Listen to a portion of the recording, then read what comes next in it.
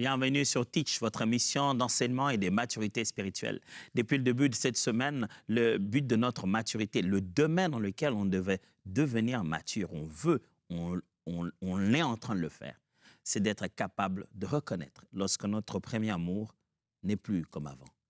Et surtout être capable de savoir que faire, comment maintenir au quotidien cet amour pour qu'il ne tombe pas en faillite, pour qu'il ne décline pas. En finissant cette semaine, parlons-en finalement. Comment cultiver au quotidien, matin, midi, soir, comment maintenir dans notre quotidien cette flamme d'amour? Pour ne pas avoir à faire tout le temps des évaluations après 3 mois et se dire « Ah, c'est plus comme avant ». Comment veiller au quotidien et maintenir, alimenter cette flamme de notre premier amour à Dieu? Je vais vous proposer, comme d'habitude, 4 choses à faire, mais je me baserai sur une belle histoire de Jésus-Christ et vous verrez que c'est très, très intéressant. Alors, let's teach. Grandissons ensemble.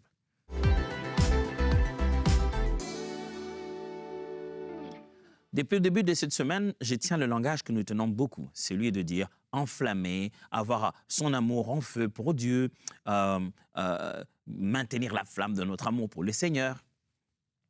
Lorsque vous analysez en fait ce concept, qui n'est pas faux, vous finissez par découvrir une chose. Et ça, je l'ai voulu quand même que ça soit écrit et que chacun de nous se souvienne. En réalité, la flamme de l'amour pour Dieu ne grandit pas en nous. Elle s'intensifie en réponse à la présence de Dieu à mesure que nous approchons de lui. C'est-à-dire que la flamme ne grandit pas indépendamment de Dieu. Tu ne peux pas aimer davantage un être sans que cette personne existe.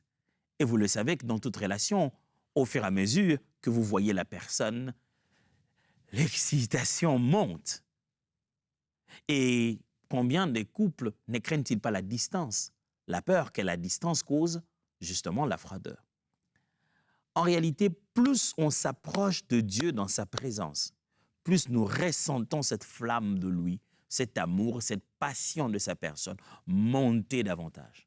On ne s'en va pas loin nous-mêmes essayer d'allumer cette flamme par nos propres moyens en essayant de vivre loin de lui. Non, cette flamme est alimentée par sa présence. Quand cet amour le voit lui, elle est en flamme davantage. C'est comme si notre homme intérieur, quand elle est en présence de Dieu, tout à l'intérieur, tout excité. Oh, l'Éternel, le Dieu, mon roi. Alors, si tu veux garder cette flamme-là, n'est-ce pas qu'il est logique de souvent, et très souvent, rester dans sa présence? Je vais lire avec vous une assez longue lecture qui est basée sur l'histoire de la vie de Jésus-Christ. Dans Marc chapitre 1, le verset 35 à 45. Puis je vais me mettre à commenter là-dessus et je peux en ressortir 4 habitudes. Et puis il y en a beaucoup. Je vais rester sur 4 que Jésus faisait, que nous devons nous aussi apprendre à faire si on veut maintenir au quotidien notre flamme d'amour à Dieu. Alors, on y va. Marc chapitre 4, mais plutôt chapitre 1, désolé, verset 35 à 45. Le lendemain, il s'élève bien avant l'aube. Dehors, il fait encore nuit. Il sort de la maison et s'en va dans un endroit solitaire pour prier. Retenez ça. Hein? Simon et ses compagnons partent à sa recherche. Quand ils l'ont enfin trouvé, ils lui disent « Tout le monde te cherche. »« On va partir, leur répondit-il, et aller ailleurs. Il faut que j'apporte aussi mon message au village envoisinant, le village environnant. C'est pour cela que je suis venu. » Et les voilà partis à travers toute la Galilée pour prêcher dans les synagogues des Juifs et pour chasser les démons. C'était vraiment ça un travail, quoi. Ils allaient prêcher et chasser les démons. Un jour, un lépreux s'approche de lui, il se jette à ses genoux et les supplie. « Si tu le veux, tu peux me guérir et me rendre pur. » Jésus rempli de pitié pour cet homme, étend sa main, touche les lépreux et lui dit « Oui, je le veux, sois purifié. » À l'instant même, la lèpre disparaît et l'homme est guéri. Jésus lui dit aussitôt de partir, après lui avoir fait des sévères recommandations. Attention, ne parle à personne de ce qui t'est arrivé, mais va tout de suite te faire examiner par l'un des prêtres et offre pour ta guérison ce que Moïse a prescrit dans ce cas. Cela leur pourvoira qui je suis. Mais À peine parti, cet homme se met à raconter à tout le monde ce qui lui est arrivé, de sorte que son histoire se répand partout. Résultat, Jésus ne peut plus se montrer en public dans une ville, il doit se tenir en dehors des villages, dans des endroits peu fréquentés, mais là aussi, les gens continuent à venir de partout pour le retrouver. Vous savez, quand vous lisez la Bible, c'est là que vous commencez à comprendre que certaines choses qui nous scandalisent ou pour lesquelles on est des fois écœurés aujourd'hui sont totalement vraies. Que lorsque Dieu commence à utiliser quelqu'un dans une vie de miracles, sa popularité devient difficile à gérer. Jésus a bien voulu gérer ça, mais l'homme n'a pas suivi les instructions. Le voilà, il va raconter à tout le monde qu'il est guéri. Mais ça ne commence pas là. Ça commence au fait que la Bible parle d'un moment particulier de la journée de Jésus. J'ai voulu trouver un texte qui donnerait une image d'une journée typique de Jésus. Ce n'est pas la seule journée, il y en a beaucoup plus, il y a plusieurs textes. Mais je choisis Marc parce que Marc est très pragmatique. Il raconte un peu l'histoire de la vie de Jésus comme une prédication. C'est vrai que dans Luc, dans Matthieu, on aurait pu trouver aussi des histoires, ça serait long le texte. Je vous lis cette partie pour que vous voyez à quoi ressemble un peu au quotidien. Parce que notre objectif, n'oubliez pas, c'est comment maintenir la flamme de l'amour, du premier amour au quotidien. Donc, au jour le jour, à quoi ressemblerait la vie d'un homme enflammé pour Dieu? Meilleur exemple, Jésus de Nazareth. Alors, voilà cet épisode. La Bible dit, le lendemain, il se lève bien avant l'aube. Dehors, il fait encore nuit. C'est-à-dire, le soleil ne s'est pas encore levé, que lui s'est déjà levé. Il sort de la maison et s'en va dans un endroit solitaire pour prier. Comment faire pour maintenir la flamme de l'amour de Dieu au quotidien? On va le faire à la manière de Jésus. La manière de Jésus, oui. Jésus cultivait la présence de Dieu. Ouais. Cultiver la présence de Dieu. Pasteur, c'est quoi ces termes-là, cultiver? Littéralement, en action, ça signifie quoi? Ça signifie maintenir une vie de discipline de prière, de la parole de Dieu et de la sanctification. Dans toute cette histoire, vous allez voir, Jésus avait des habitudes pour cultiver cette vie de la présence de Dieu. Ça demande des sacrifices. Regarde, il s'élève avant qu'il ne soit jour, avant que les activités de la journée remplissent son temps. Il précède l'aurore. Des habitudes que David avait aussi, n'est-ce pas? David le dit, je précède l'aurore. C'est important, mes frères et sœurs. Si vous voulez maintenir au quotidien votre flamme avec Dieu, vous devez avoir un temps privilégié. Appelez ça un culte personnel, appelez ça mon moment de temps personnel, mon quiet time, comme certains me le disent, mon temps seul de méditation. Mais Jésus lui précédait même l'aurore et il allait à part, il allait si seul dans un coin qu'on le cherchait, on n'arrivait même pas à le retrouver. C'est-à-dire les disciples le cherchent, on doit voyager, il est parti où les gars? Il est allé loin de tous. Cultiver la présence de Dieu. Vous voulez au quotidien avoir une vie d'un amour enflammé pour Dieu, apprenez à reconnaître sa présence avant de reconnaître la présence d'autres choses. Vous savez, nous vivons une vie envahie. Celui-ci, notre téléphone qu'on n'a même pas éteint avant de dormir, il y a plein de choses qui sont déjà présentes depuis la nuit. Quand tu te réveilles, il est mieux pour toi de reconnaître d'abord la présence d'Élohim, la présence d'Adonai, la présence de notre Dieu. Reconnaître, oui, Seigneur, je reconnais ta présence, je te bénis, je te glorifie, je te loue, je t'exalte. Fais-en une discipline avant de te mettre à lire tous les messages que tu as. Glorifie, bénis le Seigneur. Tu reviendras vers tes textes en ayant parlé à Dieu. Et tu reviendras vers tes textes et tes WhatsApp avec l'angle de vie de Dieu. Et Jésus avait ça comme habitude. Jésus cultivait la présence de Dieu. Je disais ici, pour cultiver cette nature de la présence de Dieu, c'est à la fois la discipline de la prière, mais aussi la discipline de la parole de Dieu et de la sanctification. Cultivez la présence de Dieu, c'est-à-dire éloignez-vous du péché, prenez conscience que vous êtes sacré. Vivez une vie de consécration au quotidien. Dites-vous toujours que je ne suis pas censé tout faire. Tout ne m'est pas permis à me mettre à faire. Tout n'édifie pas. Cultivez la présence de Dieu. Mettez-vous une musique le matin en sortant, cultivez la présence de Dieu. Pendant la journée, ne laissez pas votre tête oublier que vous êtes en présence de Dieu. J'aime souvent dire, ne vivez plus en monologue interne. Prenez toujours conscience que votre vie devient un dialogue permanent. Ne pensez plus jamais que quand je me parle à moi-même dans ma tête, je me parle à moi-même. Il n'existe plus d'espace de ta vie où tu te parles à toi-même. Chaque fois que tu parles, il y en a un autre qui vit à l'intérieur de toi, qui écoute et qui entend. Tu prends cette conscience que je ne peux plus me parler à moi-même, que Dieu est avec moi partout où je sois. Quand je lance une conversation, quand je lance une pensée à l'intérieur, c'est une conversation. Ce n'est pas un monologue, c'est un dialogue. Jésus cultivait la présence de Dieu. Que faites-vous pour cultiver la présence de Dieu? Vous réveillez le matin, la première des choses, vous mettez une bonne musique que vous aimez bien, produite par un non-chrétien, parlant de la journée, en train de se déprimer dedans. Une musique qui dit « Oh, la vie c'est dur encore aujourd'hui, tu vas avoir une vie difficile, mais sache que la vie un jour, tu t'es déprimé et tu te fais déprimer encore, inutilement. Arrose-toi. Laisse-toi être arrosé par la beauté de sa présence. Moi, il y a des musiques, quand je les lance, je les boucle juste à la partie de l'intro, là, je trouve un moyen de boucler. Rien que pour rester même à l'instrumental seulement. Dès que ça commence, même sans le vouloir, instinctivement, mes mains s'élèvent. Je prends conscience que, alléluia, Dieu est bon. La musique est puissante, vous savez. Elle est d'une capacité à toucher l'homme intérieur que vous. C'est pour cette raison que Dieu ne garde pas seulement l'adoration dans l'éternité. Il garde aussi la musique dans l'éternité.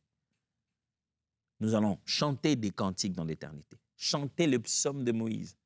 Nous allons continuer à exercer la musique parce qu'elle va tellement, elle s'y prête très bien à cette relation que nous avons avec Dieu. Alors, sature-toi de la présence de Dieu, qui est des choses qui te rappellent Dieu, qui te rappellent la conscience que je ne vis pas seul. Cette vie, je la vis avec le Seigneur. Vis comme ça. C'est comme ça que tu garderas ta flamme. Et Jésus avait ça. Le matin, imaginez-vous, l'homme a l'esprit sans mesure. Le matin, se réveille, qu'est-ce qu'il fait? Avant l'aube, il s'en va à un endroit en retrait, seul, pour prier. Alors, n'oubliez pas, nous sommes en train de découvrir comment maintenir la flamme du premier amour au quotidien. Jésus faisait ça, hein? Il faisait ça tous les jours, même jusqu'au jour de sa mort, à la veille de sa mort. La nuit, il a fait la partie qu'il fait chaque nuit. Le soir, il allait à un endroit pour prier. Il prenait les disciples de temps en temps. On est même venu l'attraper pour l'amener, pour faire commencer toute sa douleur, pour l'amener à l'accusation et commencer à le faire souffrir. Le jour où on vient le prendre pour commencer le processus qui aboutit à la croix, on vient le prendre, il vient de quitter le temps de prière. Il vient encore de cultiver la présence de Dieu. Deuxième chose, Jésus était entouré par ses disciples. La Bible a dit, on l'a lu avec vous dans Marc chapitre 1, donc c'est le seul texte d'aujourd'hui. La Bible dit que Jésus sort tôt le matin, il va prier. Quand il a fini, il prie encore, les disciples le cherchent. Mais où est-ce qu'il est? Il est temps de partir. Ils sont en train de le chercher, ils le trouvent, il leur dit, « Ok, allons-y les gars, on doit partir, il faut que j'aille prêcher aussi ailleurs. » On ne le voit pas seulement ce jour-là, on le voit dans le reste de ses jours. Jésus est entouré des disciples. Mes frères et sœurs, pour maintenir la flamme de Dieu au quotidien dans ta vie, tu dois être entouré des autres disciples. Tu ne peux pas vivre toute ta vie chrétienne seul. Tu as besoin des autres. Tu as besoin de la fraternité chrétienne. Tu as besoin de fréquenter les autres. Tu as besoin de prier ensemble avec les autres. Pas deux fois seulement prier, mais juste papoter, se rencontrer, mais parler des conversations avec des gens dont les pensées sont saines. Parler avec des gens qui, après leur avoir parlé, tu sens, comme j'aime ça que les disciples d'Emmaüs disent, est-ce que nos cœurs ne ressentaient-ils pas? Quand Jésus disparaît devant eux, il s'est dit, c'est vrai que c'était lui, mais pourtant, on sentait ça, même sur le chemin qu'on venait. Quand il parlait, quelque chose bouillonnait en nous. Je vais rester avec les gens qui font bouillonner en moi la passion pour Dieu. Je vais rester avec des gens qui me font dire, wow, Dieu, on dirait que je n'ai pas encore aimé Dieu. Hein? Waouh, il y a ces niveaux-là. Je vais rester avec des gens qui challengent ma foi. Jésus était toujours entouré. Lui, Dieu fait chair. Qu'est-ce qu'il avait à faire avec ces gens? Du reste, tout le temps, il s'est plaigné en disant, mais jusqu'à quand vous allez comprendre? Mais vous vous rendez compte de leur importance. À la veille de sa mort, ils ont choisi, dit, venez avec moi. Mon âme est triste jusqu'à la mort. Venez, priez avec moi. Ils sont là pour le consoler émotionnellement. Mes frères et sœurs, on a besoin des autres. Vous voulez vivre une vie chrétienne au quotidien, dans lequel vous êtes tout le temps, vous gardez votre flamme d'amour avec Dieu au maximum, alors restez avec les autres bois, là où le feu est allumé. Parce que souvent, quand vous sortez le bois seul, sa flamme ne dure pas souvent. Vous voulez garder la flamme, il y a une flamme qui est collective. Il y a une flamme qui est collective. Restez avec des gens qui vous donnent spirituellement. Restez avec les gens avec qui vous partagez spirituellement. Et restez avec des gens à qui vous donnez spirituellement. Faites des disciples. Ayez des amis. Recevez. Ayez des mentors, des gens de qui vous recevez. Recevez de quelqu'un, donnez à quelqu'un, partagez avec quelqu'un. C'est ça ce que Jésus faisait. Troisièmement, Jésus faisait quoi? Je viens de lire avec vous. Jésus pratiquait l'amour en action chaque jour. Jésus était l'incarnation de l'amour. Le voilà, il se réveille, écoutez-le. Il va prier. Les disciples viennent le rencontrer. La première chose qu'il y a dans sa tête, c'est « Allons aussi dans l'autre ville, je dois aller prêcher l'évangile. » Quand il y arrive, les gens sont malades, il est guéri. Les lépreux, là, il dit « Si tu le veux, guéris-moi. » Il dit « Je le veux, sois guéri. » La vie de montrer aux gens que Dieu les aime, c'était ça la vie de Jésus. Vous voulez garder votre amour pour Dieu, enflammé toujours. Bien, voici le secret. Aimez les autres. Aimez. C'est dans le processus de donner l'amour aux autres que vous allez entretenir votre amour. Vous vous souvenez encore du texte où Jésus nous dit, si vous ne pardonnez pas aux autres leurs péchés, votre Père dans les cieux ne vous pardonnera pas non plus. Il y a une corrélation forte entre la façon dont nous traitons nos semblables et la façon dont nous entretenons notre relation avec Dieu. Dieu regarde souvent dans cette relation que nous avons avec nos semblables pour juger de la nature, de la pertinence et de la motivation derrière notre relation que nous avons avec lui. Si vous les avez pardonnés, ok, je vous pardonne non plus. Je vous pardonne non plus si vous ne pardonnez pas. Et si vous aimez vos frères que vous voyez, alors je crois alors que vous m'aimez. Mais si vous n'aimez pas, je me demande ce qu'il en est de moi. De la même manière ici, Jésus-Christ, après avoir eu tous ses disciples, Jésus pratiquait l'amour au quotidien vis-à-vis des gens. Ça ramène tout de suite à l'amour vers Dieu. Tu veux garder ton amour pour Dieu, aime les gens comme Dieu t'aime toi. Manifeste l'amour autour de toi. C'est difficile d'avoir passé une journée où tu as donné à quelqu'un, où tu as secouru quelqu'un, où tu as aimé quelqu'un comme tu aurais voulu être aimé par Dieu, comme Dieu d'ailleurs t'aime. C'est difficile de vivre comme ça et d'oublier que tu es aimé. C'est quand tu aimes que tu te souviens de comment tu es aimé. Mais quand tu ne trouves pas d'occasion pendant la journée à exprimer, à donner de l'amour, à s'aimer de l'amour, tu commences à oublier que toi-même tu es vraiment aimé. Tu veux garder ton amour avec Dieu à fond. Exprime l'amour aux autres. Donne. Ne retiens pas. Donne la joie. Partage tes biens. Partage ton argent. Partage des messages. Partage ton temps. Donne. L'amour, mes amis.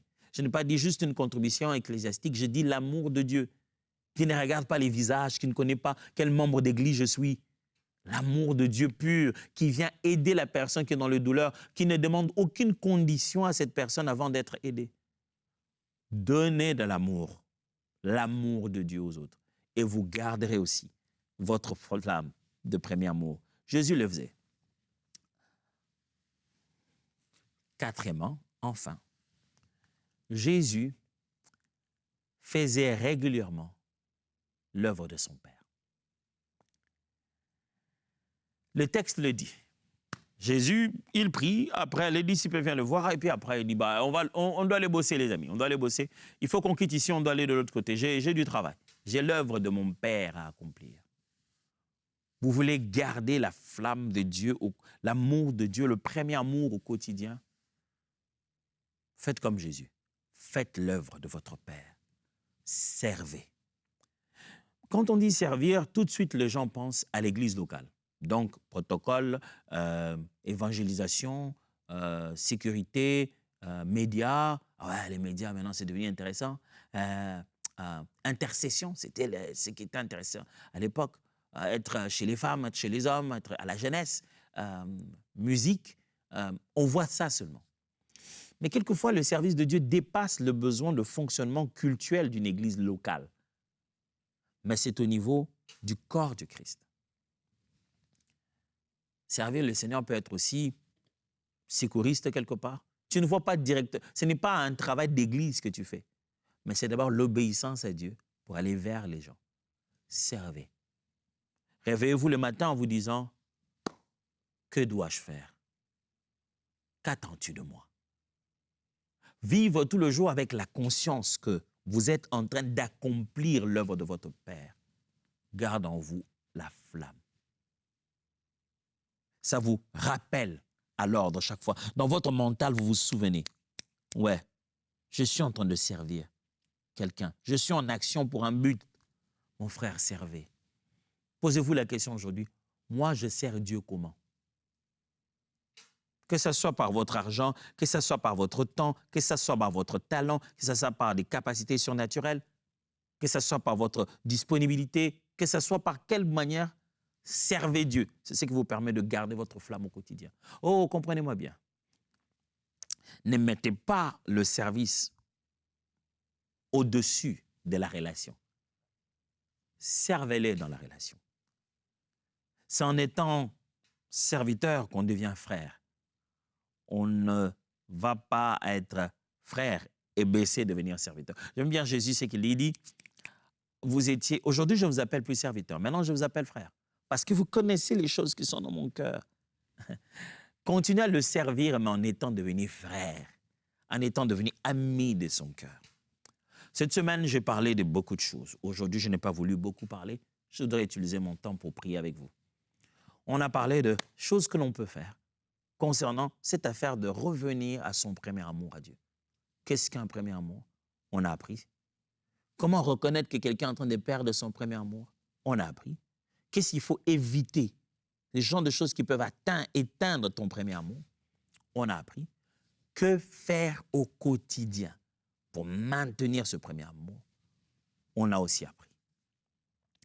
Ça en a fait des choses à apprendre. Maintenant, il est temps de pratiquer. Il est temps de vivre. Oh Seigneur, je suis détaché de toi. Pasteur, aidez-moi. Je ne sais pas comment revenir au Seigneur. Les pistes sont là. Oh mon frère, qu'allez-vous faire? Les pistes sont là. Vous ne direz plus, vous ne saviez pas quoi faire. Mais j'aimerais passer un petit moment de prière avec vous. Je ne sais pas où vous êtes. On a pris quelques habitudes et puis un moment. Où que l'on soit, trouve une position de prière, si c'est possible. Si tu écoutes en roulant, ce n'est pas grave. Mais focalise-toi à un moment donné. Parce qu'on veut prier. On veut graver ces choses dans notre esprit. Et si tu suis, je ne sais pas, au salon, tu es où, si tu le peux, je t'encouragerais bien de prendre une position de prière, quelle qu'elle soit, juste pour faire répondre à ton corps le respect de ces convictions que tu veux mettre dans ton esprit. Si c'est levé, levé. Si c'est assis, assis. Mais prépare juste une position que tu penses être utile pour pouvoir prier. On va prier. Et on va prier spécialement, précisément pour une et une seule chose. Qui est un réveil dans notre cœur. J'aurais pu utiliser un autre terme. J'aurais pu dire comment vivre le réveil. C'est ça. La Bible déclare l'Éternel réveilla l'esprit de Zorobabel. Je prie et je veux que nous prions ensemble. Que le Seigneur t'éveille et te réveille. De fois, on commence à perdre, mais on ne s'en rend pas compte. Dis à Dieu, Seigneur, je ne veux plus fonctionner à 15, à 20%. Je ne veux plus être dans la moyenne. Je veux la totalité et la plénitude. Élève la voix là où tu es. Ou prie, je ne sais pas où tu te tiens, mais concentre-toi. Prie avec moi. Seigneur mon Dieu, nous te prions. Enflamme-nous encore de toi. Chez qui allons-nous encore chercher cette flamme? Qui peut encore nous enflammer comme toi? Seigneur, c'est l'amour de toi. Cette flamme s'intensifie au fur et à mesure que nous nous approchons de toi. Cette flamme devient meilleure au fur et à mesure que nous fréquentons ta présence. Oh, j'aime dire comme le chantre le dit, attire-moi à toi, ne me laisse pas. Je veux tout abandonner, restaurer notre amitié. Tu es mon désir. Oh, je ne veux que toi. Rien ne peut te remplacer. Dans tes bras, je suis rassuré. Montre-moi la voie qui me ramène à toi. Tu es tout pour moi. Sans toi, je ne peux vivre. Seigneur, je prie, attire-nous dans ta présence, attire mon frère et ma sœur qui étaient complètement par terre, qui a vécu une vie, il était épuisé parce que soit il était occupé, préoccupé, il s'est juste fatigué parce qu'il était déçu quelque part, ou une vie de péché était revenue, il s'est dit, Niet, à partir d'aujourd'hui, il faut que je revienne à 100%. Attire-le. La Bible dit, ni ne viens à moi si mon Père ne l'attire. Attire, qu'il subisse cette attraction. Oh mon Dieu, que ce ne soit pas juste des instructions à aller exécuter, mais que ce soit soutenu par l'Esprit, aidé par l'Esprit, conduit par l'Esprit. La Bible dit, nous ne savons pas ce qu'il convient de demander. Le Saint-Esprit nous aide dans nos prières par des suppliques inexprimables. Esprit de Dieu, enflamme nos églises, enflamme les serviteurs. Nous ne voulons pas des chantres qui chantent par habitude. Laisse-le chanter avec un premier amour. Pas de prédicateurs qui enseignent par expérience, mais des annonciateurs de la parole avec le même amour de début. Nous ne voulons pas des serviteurs dont le visage à l'entrée est déjà, il est déjà intimidant. Père, que les gens se remettent dans la flamme du début. Que le service ne tue pas l'amour, que le temps ne tue pas l'amour. Et partout, c'est dans nos cœurs où cet amour a commencé à s'éteindre, donne-nous de prendre cela à bras le corps, de s'élever et de restaurer, de réparer, comme un couple qui a connu un moment difficile où chacun doit mettre du sien. On veut prendre le courage de réparer parce qu'on sait que ton amour est parfait. Merci pour ton esprit qui fera cette œuvre certainement dans nos cœurs. Au nom de Jésus. Amen. On clôture cette semaine à genoux, vous imaginez? Dieu vous bénisse. Voyons-nous la semaine prochaine.